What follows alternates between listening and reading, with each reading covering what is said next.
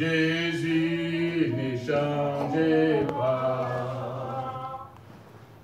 Jésus ne change pas. Alléluia. Jésus ne change pas. Il est nous sauveur. Il est toujours le même. Jésus ne change pas. Jésus ne change pas. Alléluia. Jésus ne change pas. Il est mon sauveur. Il est toujours le même. Jésus ne change pas. Jésus ne change pas. Alléluia. Jésus ne change pas. Il est mon sauveur. Il est toujours le même. Jésus ne change pas. Jésus ne change pas. Alléluia. Jésus ne change pas. Il est mon sauveur. Il est toujours le même. Jésus ne change pas. Jésus ne change pas. Alléluia. Jésus ne change pas. Il est mon sauveur. Il est toujours le même. Jésus ne change pas. Jésus ne change pas. Alléluia. Jésus ne change pas. Il est mon sauveur. Il est toujours le même. Jésus ne change pas. Amen. Amen. Amen. Bien-aimés, nous allons prier. Tantôt, je l'ai toujours évoqué avec Papa Lazare depuis, je pense, 2 mois. Pas indirectement, mais c'est à notre manière, on parle de l'évangélisation. Comment est-ce qu'il faut faire pour que l'autre vienne? Bien-aimés, nous allons prier. Souvent, on se limite, on se dit, moi, si j'ouvre ma bouche pour inviter quelqu'un à l'église, si j'ouvre ma bouche pour dire à quelqu'un, allons prier, si j'ouvre ma bouche pour dire que Jésus t'aime, est-ce que cette personne me connaissant, il va accepter ou elle va accepter? Non! La personne va accepter. Vous savez pourquoi? Parce que ce n'est pas notre problème. C'est le problème de Dieu. Nous, on nous a confié seulement une lettre pour aller déposer à la boîte. La lettre, c'est quoi? C'est la parole que Dieu nous a donnée. La parole de Jésus-Christ. Nous prenons cette parole, nous allons déposer ça à la boîte. La boîte, c'est quoi? C'est la personne qui doit nous écouter. La personne qui va nous laisser son temps, qui va nous laisser ces 5 minutes, ces 15 minutes, pour écouter ce que nous allons lui dire de la part de Dieu. Nous sommes là?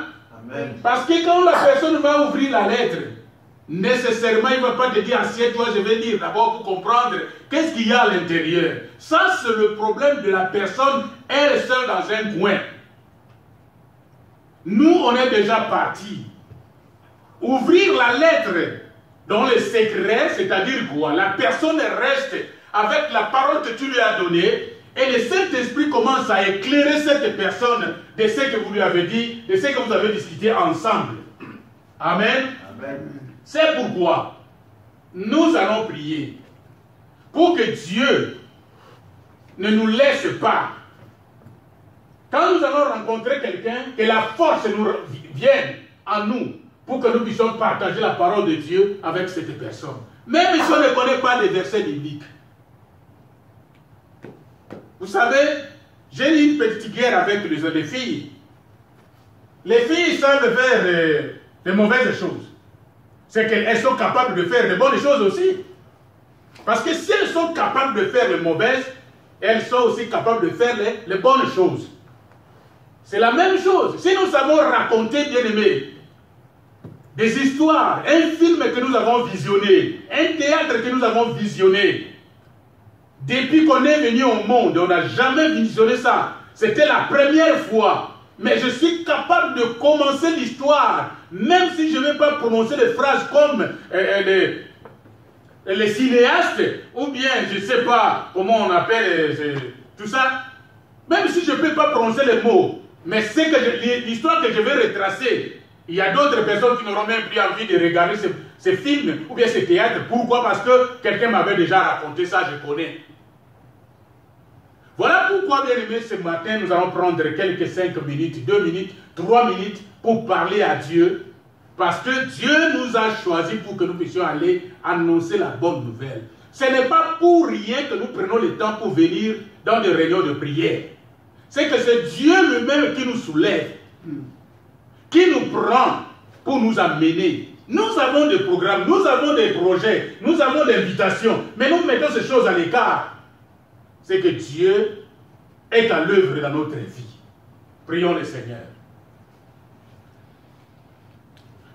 Mon Dieu, tu m'as sauvé pour que je puisse parler aux autres, Seigneur. Tu m'as sauvé, Seigneur Dieu, pour que je puisse parler aux autres. Mon Dieu, dans mes calculs, j'ai choisi des personnes à qui je dois parler. Nous choisissons des personnes. Peut-être la personne qui est dans le danger, la personne qui est malade. C'est là que nous avons le courage d'aller parler de toi à cette personne. Qui nous a dit que c'est la personne malade qui a plus de problèmes? Seigneur, la personne peut être malade. Une deuxième personne n'est pas malade. Mais la personne qui n'est pas malade est plus malade que celui qui est malade, Seigneur, à cause de la situation qu'il gère dans son cœur. Mais toi, tu es Dieu. Mon Dieu, fais en sorte que quand nous allons sortir pour parler de toi, de Jésus, de l'œuvre de Jésus sur la croix, mon Dieu, que les paroles qui vont sortir, notre libérateur, même si ce ne sont pas des phrases académiques, mais Seigneur, que ces phrases trouvent de la place dans le cœur de celui qui va nous écouter. Parce que quand nous allons parler, Seigneur, oui, tu nous as donné, Seigneur, tu nous as donné de parler, de prêcher l'évangile. Mais la conviction, nous savons une chose, que c'est l'apanage du Saint-Esprit. C'est le Saint-Esprit qui prend la charge pour convaincre à notre interlocuteur. Ce n'est pas à nous, Seigneur, de convaincre cette personne, Seigneur Dieu. Ce n'est pas parce que nous avons bien parlé ou nous avons bien confectionné des phrases, mais c'est parce que le Saint-Esprit a mis son sceau et la personne est convaincue, la personne est venue à toi. Mon Dieu, fais-nous, Seigneur, notre Dieu, des pécheurs d'hommes. Que nous puissions aller, c'est la mission, Seigneur, tu nous as confiée. Tu nous as confié cette mission. Nous devons aller annoncer la bonne nouvelle. Nous ne pouvons pas garder, Seigneur, cette parole à nous, Seigneur. Les élèves vont à l'école.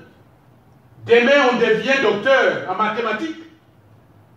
Le docteur, c'est notre Dieu, la science. Ne peut pas garder cette science dans sa maison. Ne peut pas se vanter, taper sa poitrine dans sa chambre pour dire que je suis docteur. Il doit sortir pour aller communiquer ce qu'il a reçu aux autres. Seigneur, si les professeurs sont contents de sortir le matin pour aller communiquer son savoir à d'autres qui ne connaissent pas, qui n'ont pas son niveau, Seigneur, nous devons faire la même chose. Nous devons faire plus que ça. Parce que nous avons, Seigneur, la parole. Nous avons la parole. Nous savons distinguer entre le bien et le mal. Nous savons que Jésus revient. Mais pour d'autres personnes, Seigneur, ils pensent que c'est de la blague. C'est la comédie. Seigneur Dieu, ce n'est pas la comédie. C'est la réalité. Jésus revient. Mon Dieu, donne-nous la force.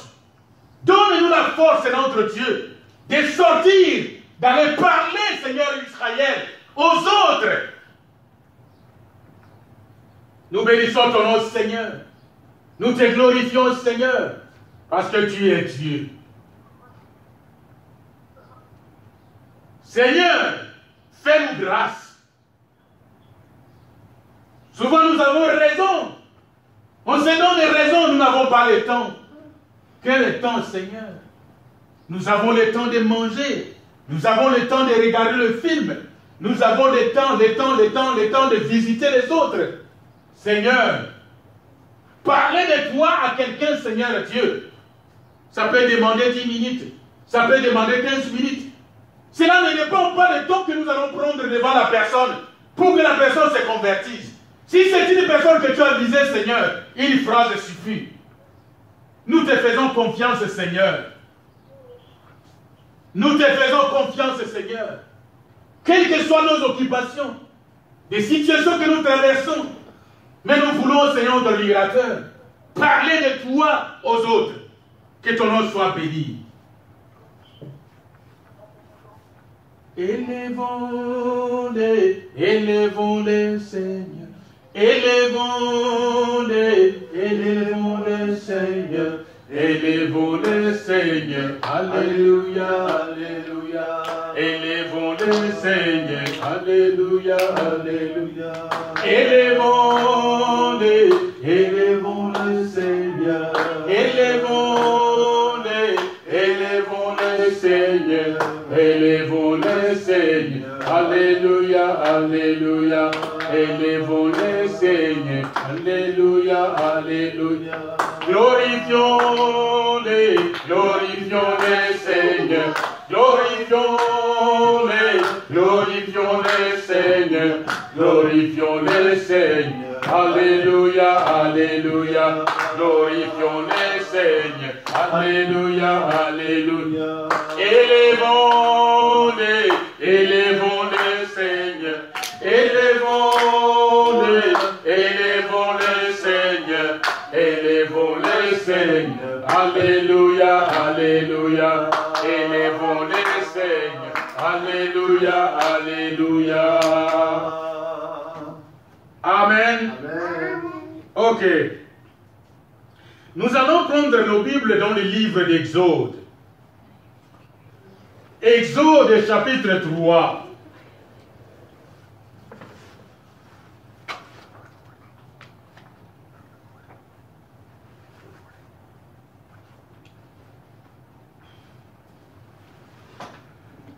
Emmanuela, Israëla, reprenez vos places sur la chaise. Exode, chapitre 3. Moïse faisait paître le troupeau de Jéthro, son beau-père sacrificateur de Madian. Il mena le troupeau derrière le désert et vint à la montagne de Dieu à Horeb. L'ange de l'Éternel lui apparut dans une flamme de feu. Au milieu d'un buisson, Moïse regarda, et voici les buissons étaient tout en feu, et les buissons ne se consumaient point. Moïse dit, je vais me détourner pour voir quelle est cette grande vision, et pourquoi les buissons ne se consument point. L'Éternel vit qu'il se détournait pour voir. Et Dieu l'appela du milieu du buisson et dit, Moïse, Moïse. Et il répondit, me voici. Dieu dit, n'approche pas d'ici.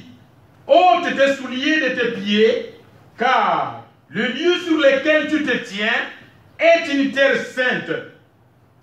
Et il ajouta, je suis le Dieu de ton père, Dieu de Jacob, de Moïse, le Dieu d'Abraham, Dieu d'Isaac, le Dieu de Jacob.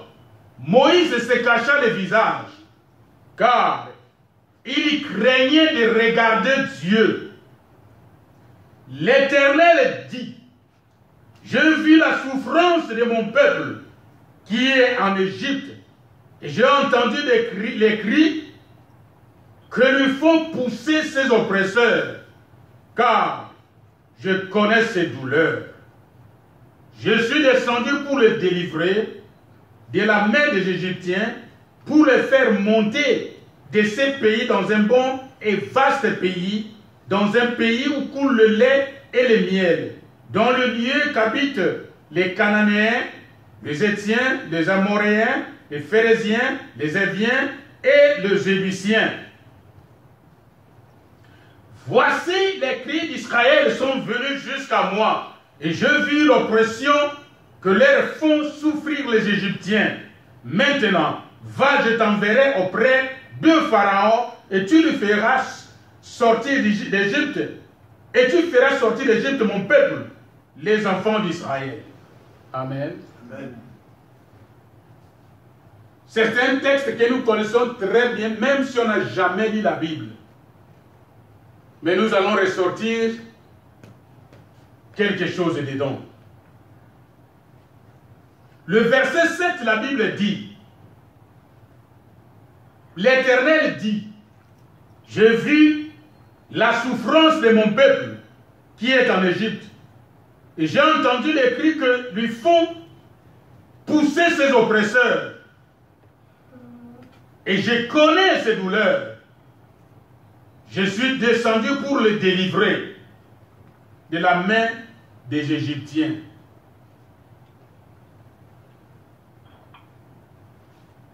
Bien-aimés, nous sommes tous enfants de Dieu, ici dans la salle.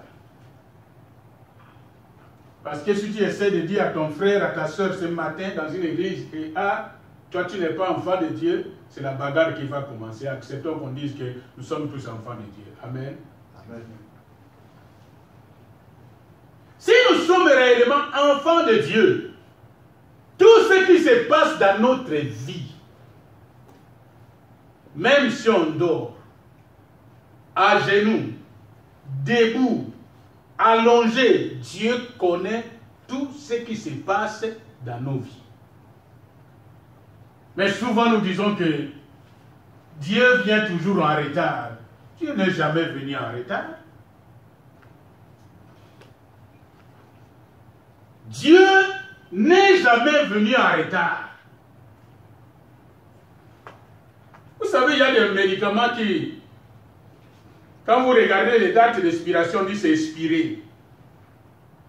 Ça, c'est vieux. La nourriture, c'est la même chose. Quand vous allez à Walmart, il n'y a pas, quelque part, on va mettre une nourriture qui va durer 1 mois aux étagères. Non. Quand vous regardez la date, vous avez même peur d'acheter parce que si c'est la viande, c'est toujours 2 jours de plus. Aujourd'hui, le 26, on vous dit que ça va périmer le 28.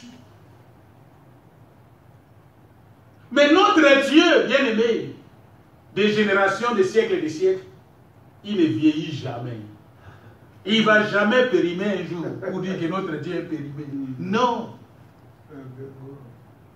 Amen. Amen. Il reste Dieu. Quel que soit ton problème, mon Dieu ne va pas changer à cause de ton problème. Non. Quelle que soit la situation que tu traverses, il est toujours Dieu. Que tu sois en prison, au lit, malade, affamé, sans habit, sans moyen de transport, il reste toujours Dieu. Et ce qu'il dit, vous savez bien aimé, quand vous regardez même les sportifs vont en retraite. Parce qu'ils ont vieilli. Vous allez voir des sportifs, des boxeurs qui ont terrorisé le monde de boxe. Mais vous pouvez prendre ces boxeurs à un âge avancé, vous lui présentez quelqu'un qui n'a jamais fait le sport. Mais ce type va les frapper correctement. Mais celui qui frappait les gens horribles. Parce qu'il y a des limites pour l'homme. Mais il n'y a pas de limites pour Dieu. La parole qu'il avait prononcée hier, qu'il avait dit il y avait un siècle, qu'il avait dit je ne sais pas il y a combien d'années, cette parole reste d'actualité. Est-ce que nous sommes là? Amen. Vous savez, parce que notre Dieu ne se conjugue pas au futur. Notre Dieu ne se conjugue pas au passé. Mais notre Dieu se conjugue au présent. Je ne sais pas si vous êtes avec moi. Notre Dieu se conjugue au présent. Qu'est-ce qu'il a dit à Moïse? Parce que Moïse lui a dit, toi tu me dis d'aller me présenter chez tes enfants les Juifs, Mais s'il me demande quel est ton nom, je vais dire quoi? Vous connaissez ces versets, n'est-ce pas? Peut-être qu'il y a quelqu'un qui ne connaît pas, on va chercher ça dans la Bible. Mais je ne connais pas. Ok. Allons dans Exode. Cherchons ça dans Exode. Et nous allons trouver ça quelque part. C'est toujours dans le même chapitre. Dans le même chapitre. Dans le même chapitre. Ok. Nous lisons le verset 13. À partir du verset 13. Nous pouvons remonter jusqu'au verset 8. Je suis descendu pour les délivrer de la main des Égyptiens, pour les faire monter de ce pays dans un bon et vaste pays, dans un pays où coule le lait et le miel, dans les lieux qu'habitent les Cananéens, les Héthiens, les Amoréens, les Phérésiens, les Éviens et les Jébusiens. Voici, les cris d'Israël sont venus jusqu'à moi, et je vis l'oppression que leur font souffrir les Égyptiens. Maintenant, va, je t'enverrai auprès de Pharaon, et tu feras sortir d'Égypte mon peuple, les enfants d'Israël. Moïse dit à Dieu, qui suis-je pour aller vers Pharaon et pour faire sortir d'Égypte les enfants d'Israël? Dieu dit, je serai avec toi. Et ceci sera pour toi le signe que c'est moi qui t'envoie. Quand tu auras fait sortir d'Égypte le peuple, vous servirez Dieu sur cette montagne. Moïse dit à Dieu, j'irai donc vers les enfants d'Israël. Je leur dirai, le Dieu de vos pères m'envoie vers vous. Mais s'ils me demandent quel est son nom, que leur répondrai-je? Est-ce que Moïse ne connaissait pas le nom de Dieu? Il savait que celui qui était devant lui, c'est Dieu. Il va chercher encore un autre nom. Je pense qu'il était convaincu que s'il donne un autre nom, oh, ce nom-là va l'encourager, va le fortifier, va lui donner la force et il va partir vite. Je t'envoie. Tu me demandes, mais quand je vais arriver là-bas, je vais dire, qui t'envoie? Je suis avec toi, c'est moi je t'envoie. Mais pour Moïse, ce n'était pas suffisant. Écoutez la parole de Dieu. La Bible dit au verset 14, Dieu dit à Moïse, je suis celui qui suis, et il ajouta, c'est ainsi que tu répondras aux enfants d'Israël. Celui qui s'appelle je suis. Il s'appelle je suis, ça reste comme ça. Personne ne va changer ça. C'est pourquoi je dis que notre Dieu se conjugue au présent, pas au futur, pas au passé. Il est présent, actualité. Amen. C'est ça notre Dieu. Et c'est le Dieu qui avait rencontré Moïse, qui avait dit à Moïse, va. Moïse s'en va. Le verset 19 dit ceci. Je sais que le roi d'Égypte ne vous laissera point aller si ce n'est par une main puissante. Ça, c'est Dieu qui parle. Il envoie. C'est comme s'il va mettre encore des doutes dans le cœur de Moïse. Mais vous savez, quand Moïse est parti, les Juifs ont eu des problèmes sérieux dans leur vie. Hein? Les Juifs ont eu des problèmes sérieux dans leur vie. Prenons le chapitre 5.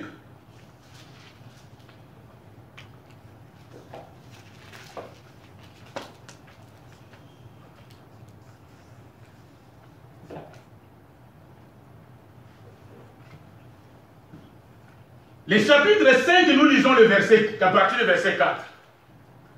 Le roi d'Égypte leur dit, Moïse et Aaron,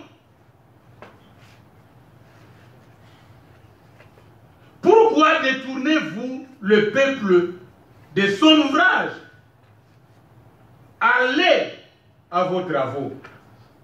Pharaon dit, voici ce peuple est maintenant nombreux dans le pays.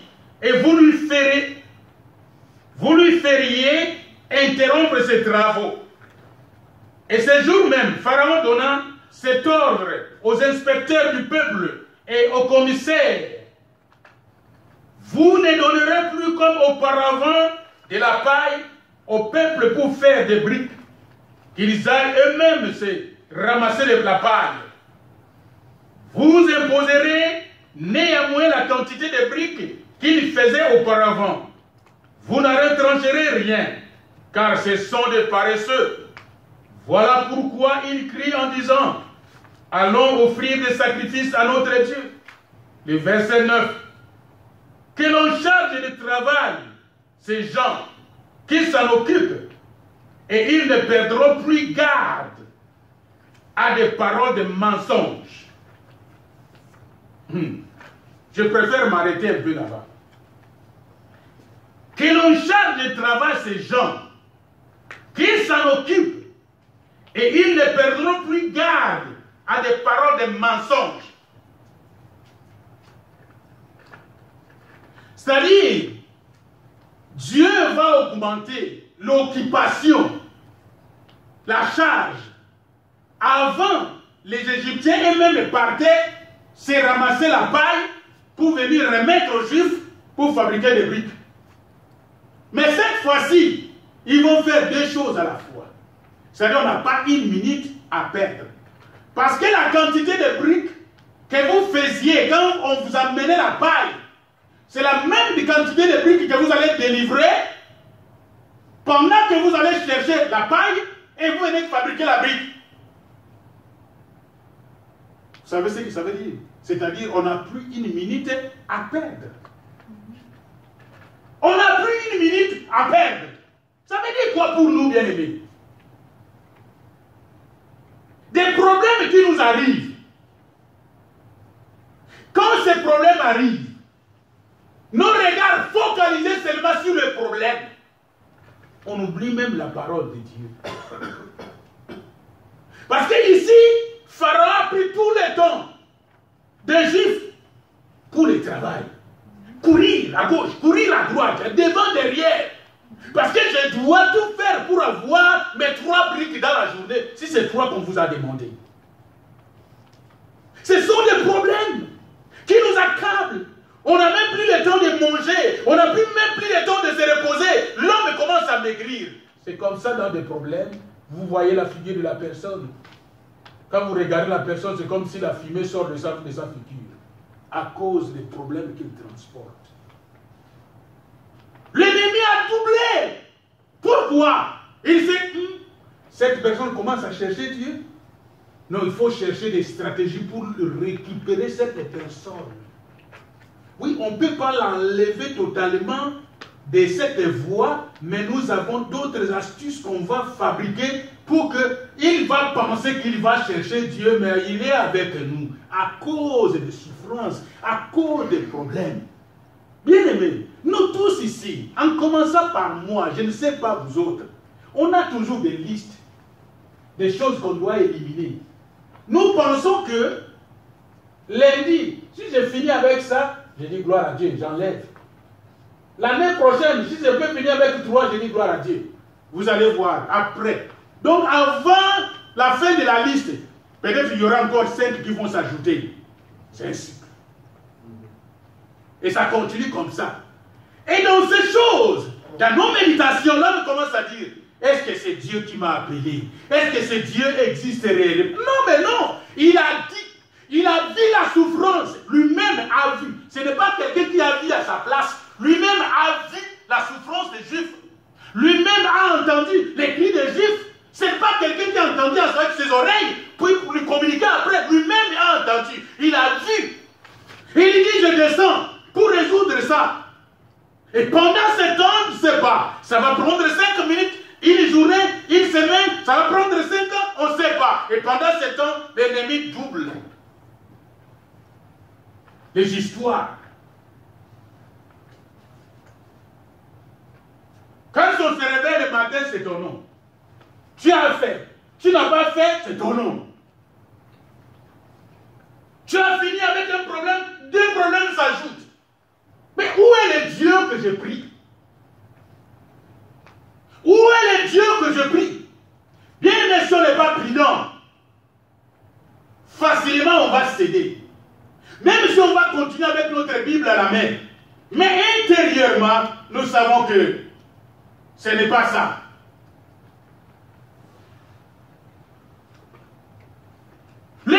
compris que Dieu est prêt de faire quelque chose pour telle personne, il dit non. Il faut que je charge encore mes batteries. S'il m'a donné 5 briques, maintenant c'est 10.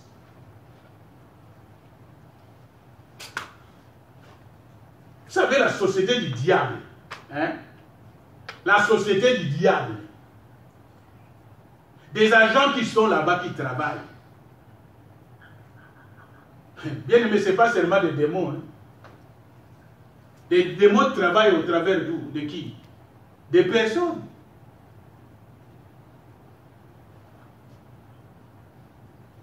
Si tu étais assidu là-bas pour fabriquer des briques, mais il ne va pas te laisser partir. Il faut que tu restes fabriquer encore. Parce qu'il connaît ton expérience, ton expertise quand tu fabriques des briques. C'est-à-dire quand tu sors une brique, il n'y a pas de défaut. Le maçon qui viendra, il n'aura pas à taper à gauche, à droite. C'est propre.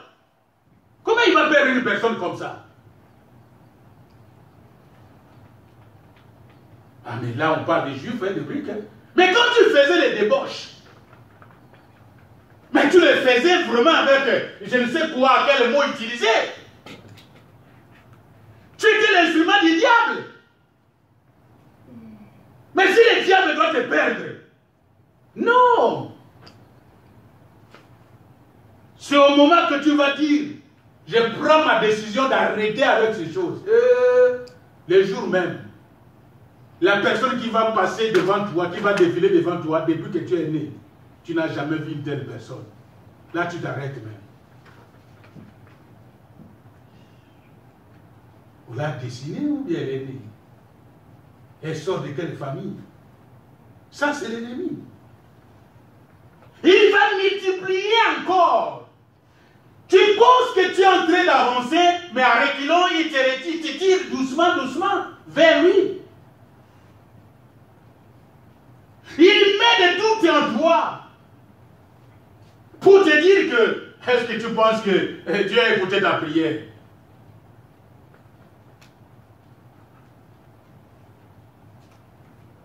L'erreur que les chrétiens commettent, hein? Ça, écoutez-moi bien, hein?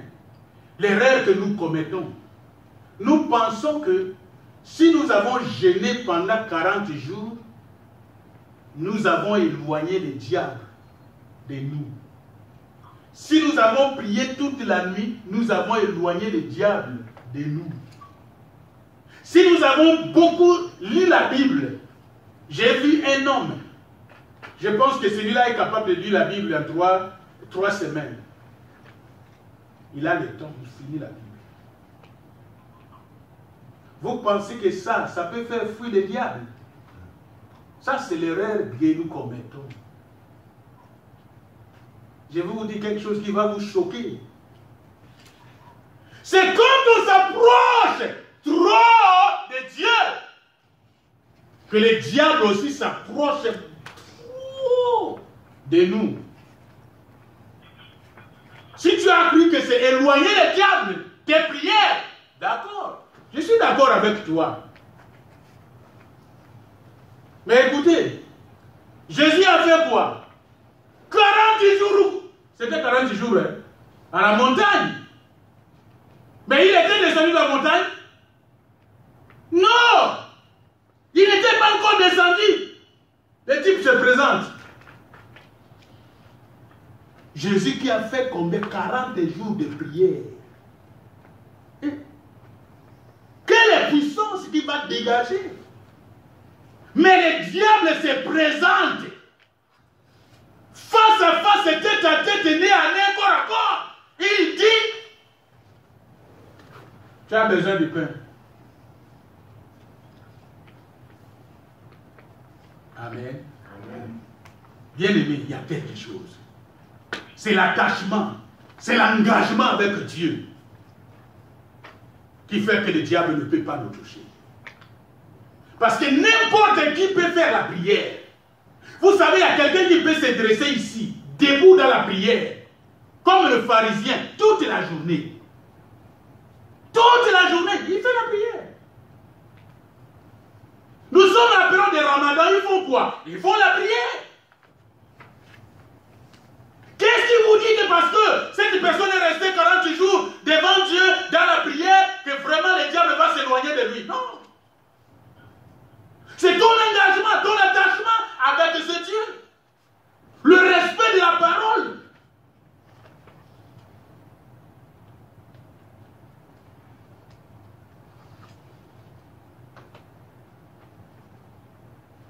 Amen. Amen. Des doutes nous enlèvent, sans quelque part, la protection que nous avons de Dieu. C'est comme tu es en dessous de ton blanquette, les moustiques de l'Afrique chantent autour de toi. Au lieu de rester dedans, tu ouvres un peu pour dire je vais chasser. Mais si tu es dans le sommeil, dans ton sommeil, mais tu peux oublier là une petite partie ouverte. Moustique n'a pas besoin d'un grand trou. Mais tu oublies, tu dors, il fait son travail. Il est rempli, il va chercher quelqu'un d'autre. Il dit, viens, il y a un trou là-bas, va. Et puis à partir de là, on va tout finir comme ça et puis remplacer avec malaria. Vous comprenez? Il ne faut pas qu'on tremble. Ce n'est pas notre affaire. Si nous avons la foi, croyons tout simplement. Et, la foi, c'est quelque chose. Je n'ai pas vu, mais on me dit de croire, d'accepter. Ah non, il ne faut pas nous raconter. Nous voulons des choses palpables. Comme le monde dit, l'amour, hein, c'est quoi? Des actes. Hein? La femme veut boire la bouteille. Ah là, et en tout cas, mon homme là, il m'aime. Mais tu sais, tu te flattes avec ces 5 $. Tu sais, tu te flattes avec cette bouteille. Mais la Bible me dit, je n'ai pas vu, mais de croire que tu es avec moi. Voilà. L'ennemi ne va pas te laisser.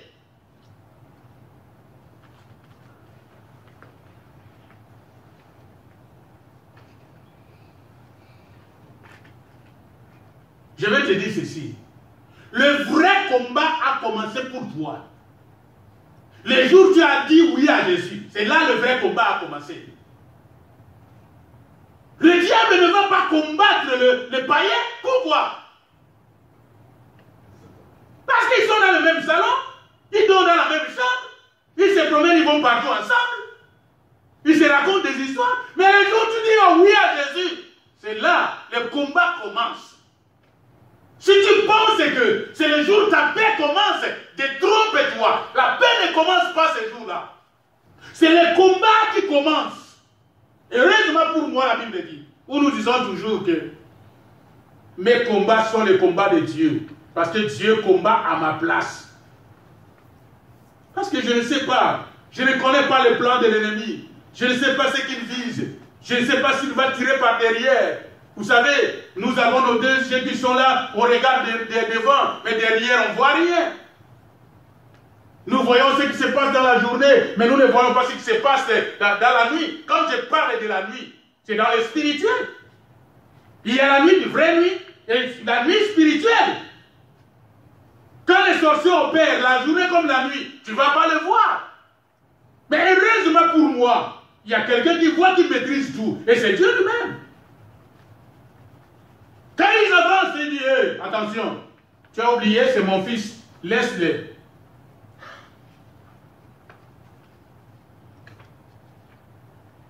Amen. Amen.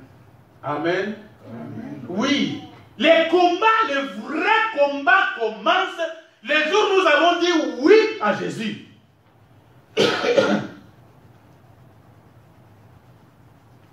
C'est là que tu vas voir la bière qui coûtait 50 $. Le jour où tu acceptes le Seigneur, oh 20 $. Ah, vraiment.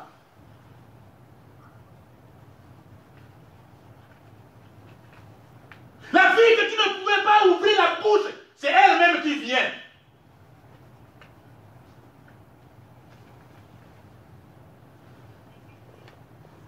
Depuis que tu es né, tu n'as jamais vu quelque chose sortir de la peau de quelqu'un tombé par terre. Tu t'es converti le même jour. Tu te promènes.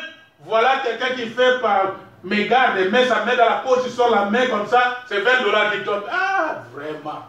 Eh Dieu, quand j'étais dans mon monde là, je viens, je mets mon pied, j'ai fait mon téléphone comme si je téléphone quelqu'un, oh j'attends qu'il s'éloigne pour que je m'abaisse prendre le 20 $. Mais maintenant tu me dis non, je dois lui dire, tu viens de faire tomber 20 $. Le vrai combat commence le jour tu dis oui à Jésus. Le jour où les Juifs ont dit, nous allons servir notre Dieu dans le désert. C'est ce jour-là que les choses ont commencé. Et Moïse a dit, si je peux me répéter, que l'on charge de travail ces gens, qu'ils s'en occupent et ils ne prendront plus garde à des paroles de mensonges. Que ces chrétiens, qu'on leur charge des problèmes et ils ne prendront plus garde aux paroles de l'évangile que le pasteur leur raconte là-bas. Ces pasteurs nous racontent leur vie, ils nous racontent des bobards. Regarde à son église là-bas, il n'y a personne là-bas. Heureusement pour nous, la Bible dit 2 ou 3 réunis à mon nom, je suis au milieu. Nous sommes là. Amen. Eh oui. À quoi bon d'avoir 1000 s'il y a 2 personnes qui obéissent? Je préfère avoir 5 si nous pouvons nous débrouiller pour obéir à la parole de Dieu. Oui. Quels que soient les problèmes, la couleur de ton problème, mon Dieu, le Dieu que nous servons, se conjugue au présent. Partout il est là. Au feu. Vous savez, Abednego, Meshach, Shadrach se retrouvent où? Au feu. Les rois les jettent. Et tout le monde, les magiciens avec les tam-tams, contents parce que la chose de Dieu va disparaître. Ça va donner la peur aussi aux gens qui voulaient emboîter les pas. Le roi regarde comme ça. Il dit, nous avons jeté combien de personnes? 3. Mais je vois une 4e personne dans le feu. Dans le feu, il est là avec toi. La maladie, il est là avec toi. Je ne sais pas où tu vas aller, il est là avec toi. S'il vient intervenir, personne ne dira non. Personne ne dira pas attends. Il intervient. Il fait son affaire. Il te sauve. Et puis le témoignage sort.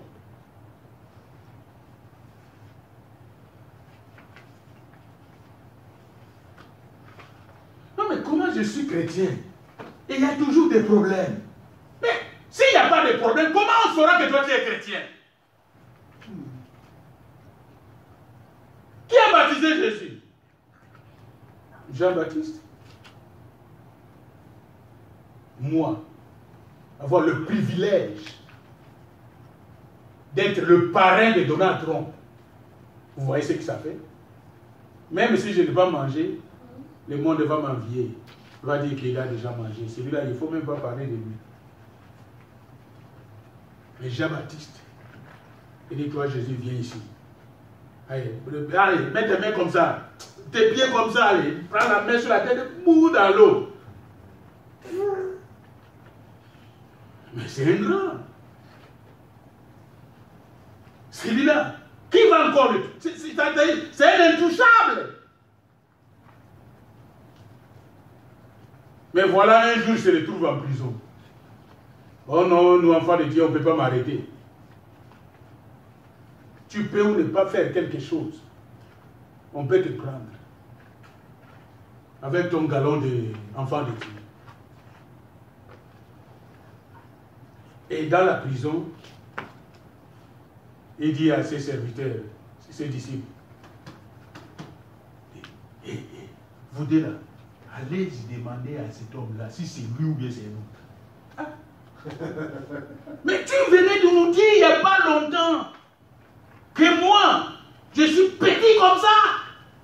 Je ne peux même pas m'abaisser pour attacher les courroies de serre, comme on appelle chaussures. Tu as dit que c'était lui le vrai. Et maintenant tu veux même mettre l'humanité en doute. Tu nous envoies encore pour demander si c'est lui. Écoutez la réponse. Hein. Va lui dire, j'ai fait des miracles, les boîtiers marchent. Quel rapport y a-t-il entre ma question en prison, en souffrance, pour la personne que je suis en train de servir?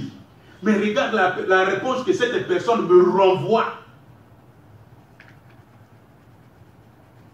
Si tu as guéri les malades, d'accord, mais moi ici je suis en souffrance. Viens aussi faire pour moi. Il n'est même pas parti.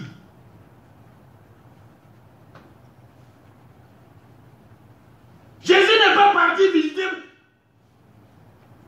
Comment on l'appelle? Le prophète, c'est qui encore? Jean-Baptiste. Il n'est pas parti.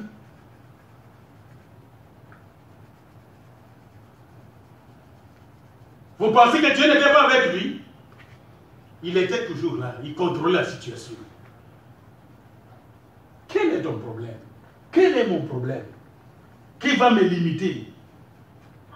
Qui va me pousser à dire que Dieu est périmé? Mon Dieu, jamais. Il se conjugue au présent. On avait posé la question à Renard Bonk. C'est un grand homme de Dieu, je l'ai suivi plusieurs fois. Dans une croisade, on lui dit, mais Bonk, nous sommes à l'époque moderne. Tu utilises quelque chose qu'on a écrit il y a des milliers d'années, qu'on appelle la Bible. Oh. Mais cherchez-nous un nouveau. Il dit, mon ami, regarde le soleil. Dieu a déjà changé le soleil. Ça fait combien de siècles? Son éclat est toujours là. La Bible, ça va rester comme ça. Si un autre livre vient, moi je ne prendrai pas ce livre. Moi je vais m'attacher à ça. Quel est ton problème? Que Dieu ne voit pas. Et c'est parce que la douleur s'augmente. Vous savez, il y a des fois où moi-même je danse. J'avais plein de problèmes. Hein. Ça diminuait sensiblement. À un moment, ça dépasse même les premiers niveaux.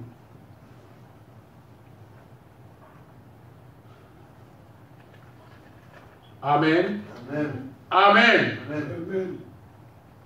Dieu lui-même dit, j'ai vu, j'ai entendu, et je descends pour délivrer son peuple. Mais c'est là que le problème se augmente bien maintenant.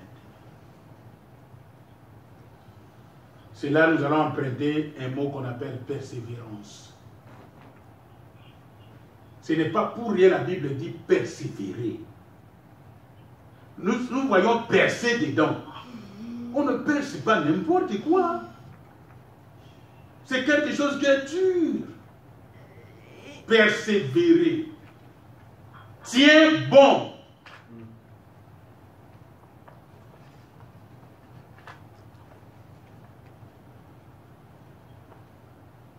Bien-aimé, il y a un médecin que je vais vous recommander. C'est une femme africaine, mais qui vit en Europe. Mais je vous dis,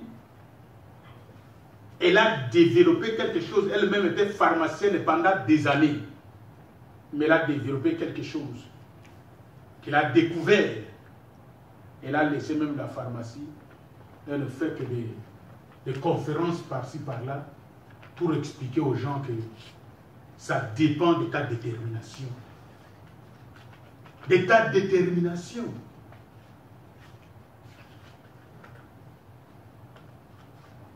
Vous avez déjà entendu dire que non, il y a une femme qui, à cause de la souffrance à la maternité, elle dit non, moi je ne peux pas rester ici, je vais retourner à la maison. Mais tu vas mourir.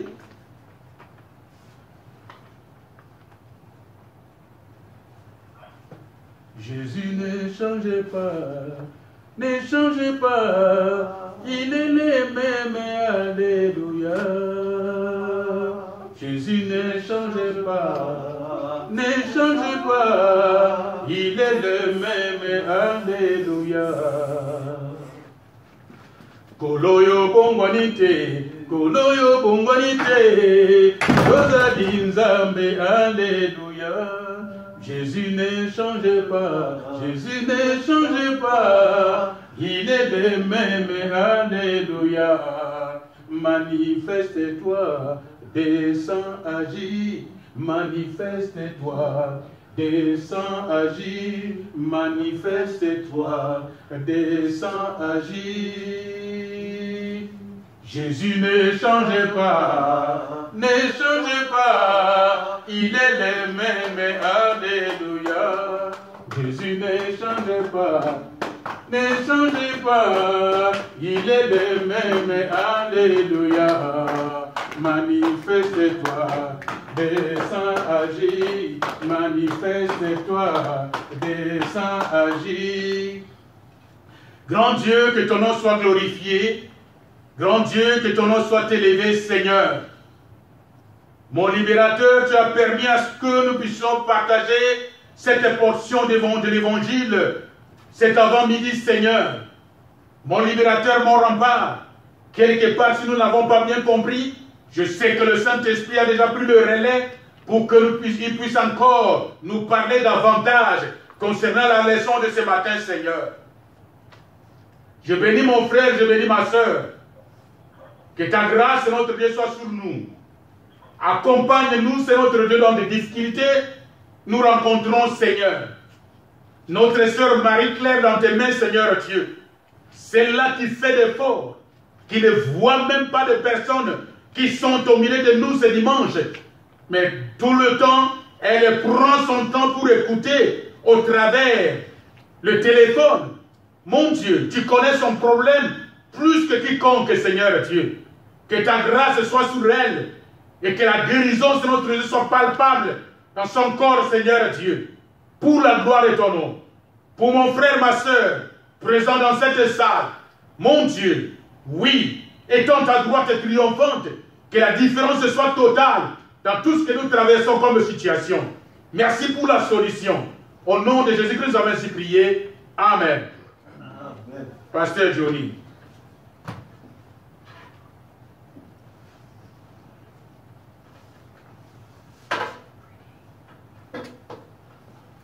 Bon message, pasteur. Amen.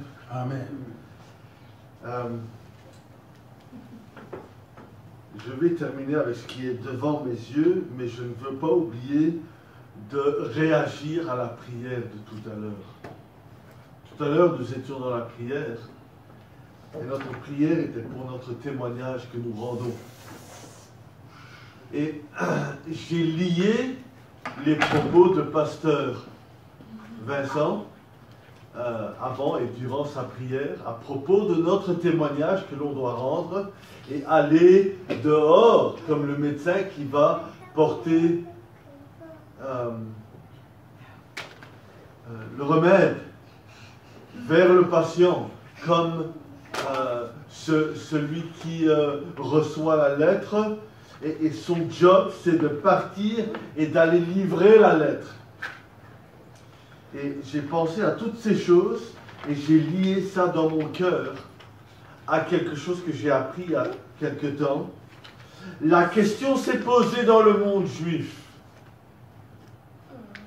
Quels sont les plus grands exploits? Les exploits de Dieu ou les exploits de l'homme? Lesquels sont les plus grands? Et l'homme dira, ben, les exploits de Dieu sont incomparables. Comment l'homme peut atteindre les exploits de Dieu? Mais un autre dira, oui, mais Dieu n'a-t-il pas créé le blé? Mais le blé, est-ce que ça nourrit? Non. Le blé, ça casse les dents. L'homme prend le blé.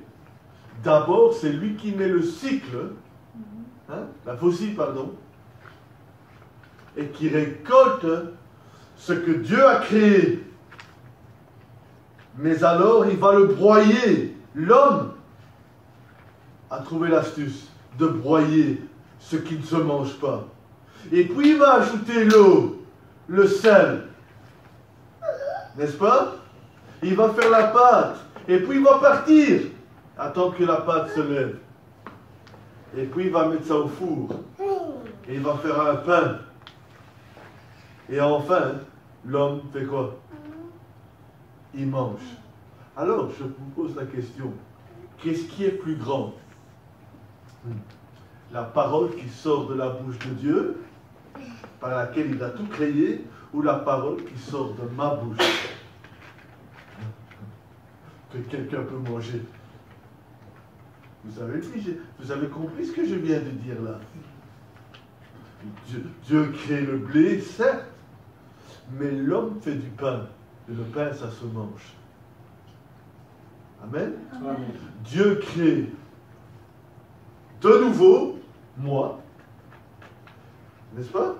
Par sa même bouche, il m'a parlé, il m'a créé de nouveau, je suis né de nouveau, mais je pars avec mon témoignage, et mon témoignage, c'est moi qui fais du pain.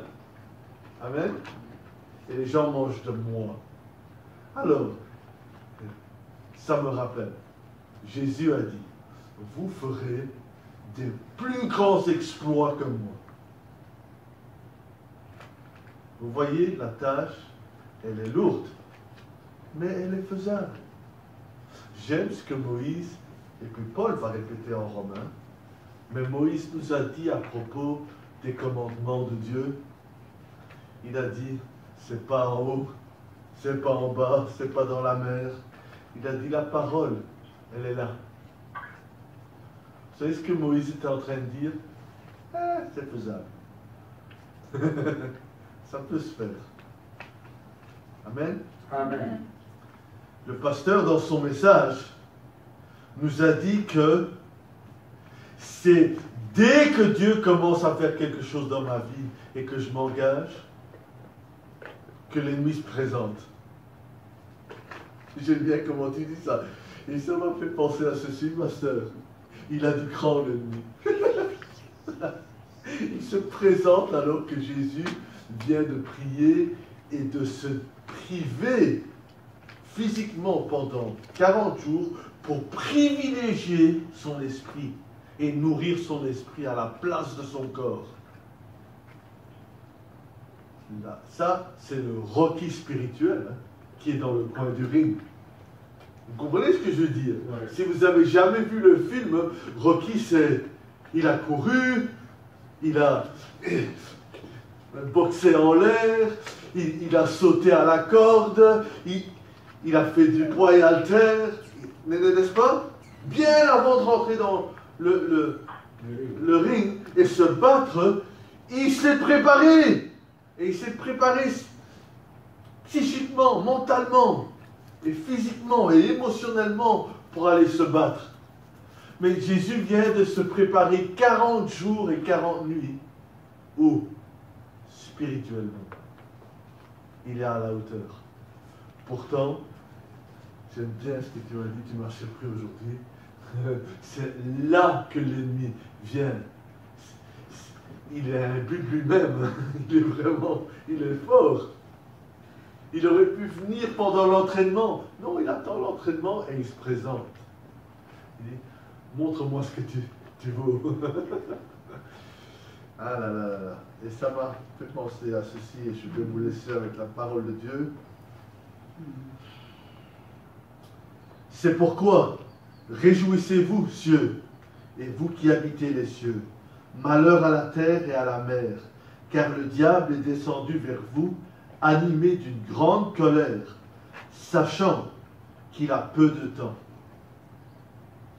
Et il est dit à la fin de ce chapitre, et le dragon fut irrité contre la femme, ça c'est Israël, et il s'en alla faire la guerre au reste de sa postérité, à ceux qui gardent les commandements de Dieu et qui ont le témoignage de Jésus. Le pasteur nous a dit que dès que je m'engage pour suivre le Seigneur, j'hérite l'ennemi. Et il est là. C'est là. Mais vous savez, ici on parle de juifs. Ok? Mais on peut voir que le juif, c'est celui qui garde les commandements. N'est-ce pas? Déjà, si vous regardez le peuple juif, vous pouvez voir que ça irrite l'ennemi de voir un peuple qui se sépare du monde et qui suit vraiment ce que Dieu leur dit de faire. Ils gardent les commandements. C'est déjà irritant et on peut voir déjà Satan à l'œuvre pour décourager le juif d'être juif. Et de ce côté-ci, nous avons les chrétiens qui ont le témoignage de Jésus et déjà, ça l'irrite. N'est-ce pas? Et nous avons vu, et nous le voyons encore, qu'il est à la hauteur de mon engagement. Au plus je m'engage, au plus il s'engage contre moi. C'est notre message aujourd'hui. Mais là, il s'agit de nos frères juifs qui gardent les commandements et comme nous, ont le témoignage de Jésus. Et quand vous avez ce cocktail, ce mélange, qu'est-ce que j'allais dire, ça, c'est le chaos contre le diable. Ils ont le témoignage de Christ, mais ils vont plus loin. Ils gardent les commandements. Ils gardent les commandements, mais ils vont plus loin. Ils prennent le témoignage de Christ. Ça, c'est une combinaison mortelle contre l'ennemi. Et là, il est furieux. Mais encore une fois, comme Pharaon, il est à la hauteur. Et quand le juif fait ça, l'ennemi est là. Amen. C'était seulement pour dire la même chose que le pasteur a dit, le redire d'une autre façon. Ça m'avait vraiment touché aujourd'hui, pasteur, j'avais besoin de ce message. Ce n'est pas que le diable me laisse tranquille quand je ne suis pas engagé. N'est-ce pas? Oui, on nous l'a dit aujourd'hui, bon, je ne suis pas une menace, alors il y a d'autres chats à fouetter. Mais même là, nous voyons que quand les Israélites sortaient de l'Égypte et qu'ils étaient en vadrouille, que Satan venait animer les Amalécites pour venir piller les plus faibles. N'est-ce pas? Donc Satan nous attaque quand on est faible et il nous attaque encore plus quand on est fort. Quoi qu'il en soit, on nous a dit encore une fois aujourd'hui, je ne sais plus comment le pasteur l'a dit tout à l'heure au début du message, il ne s'en va pas. Il ne me laisse pas tranquille. Amen. Amen. Il est toujours là. Vous savez pourquoi il est toujours là? Parce que jusqu'à mon nouveau corps, j'ai toujours la chair. J'ai toujours la mauvaise inclinaison qui est là tous les matins. Amen. Prions. Seigneur, je te remercie pour le message du pasteur Vincent aujourd'hui. Quel merveilleux message dont nous avions besoin. Et nous voulons, Seigneur, nous préparer comme toi tu l'as fait dans le désert et être à la hauteur, parce que le diable le sera. Il sera à la hauteur. Il va se battre. Mais Seigneur, le combat, il est vraiment à l'intérieur de moi.